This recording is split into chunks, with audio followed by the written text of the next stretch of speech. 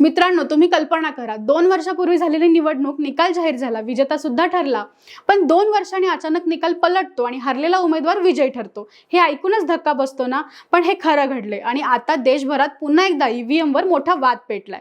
ही घटना आहे हरियाणातील पानिपत जिल्ह्यातल्या बुआना लाखू या गावाची। 2 नोव्हेंबर 2022 ला इथे सरपंच निवडणूक झाली। ईव्हीएम मशीनवर मतदान झालं, त्यावेळी मोहित कुमार यांना विजयी घोषित करण्यात आलं, पण दुसऱ्या उमेदवार कुलदीप यांनी निकालात घोळ असल्याचा दावा केला।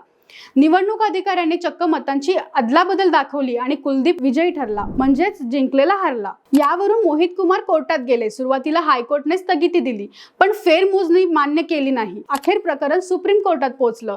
तब्बल 2 वर्षांनी म्हणजे 7 जुलै 2025 रोजी सुप्रीम कोर्टाच्या देखरेखीखाली ईव्हीएम मशीन उघडण्यात आलं। कोर्टाने फक्त एक बूथ नाही तर सगळ्या बूथवरील मतमोजणी केली आणि खरी गंमत म्हणजे निकाल उलटला।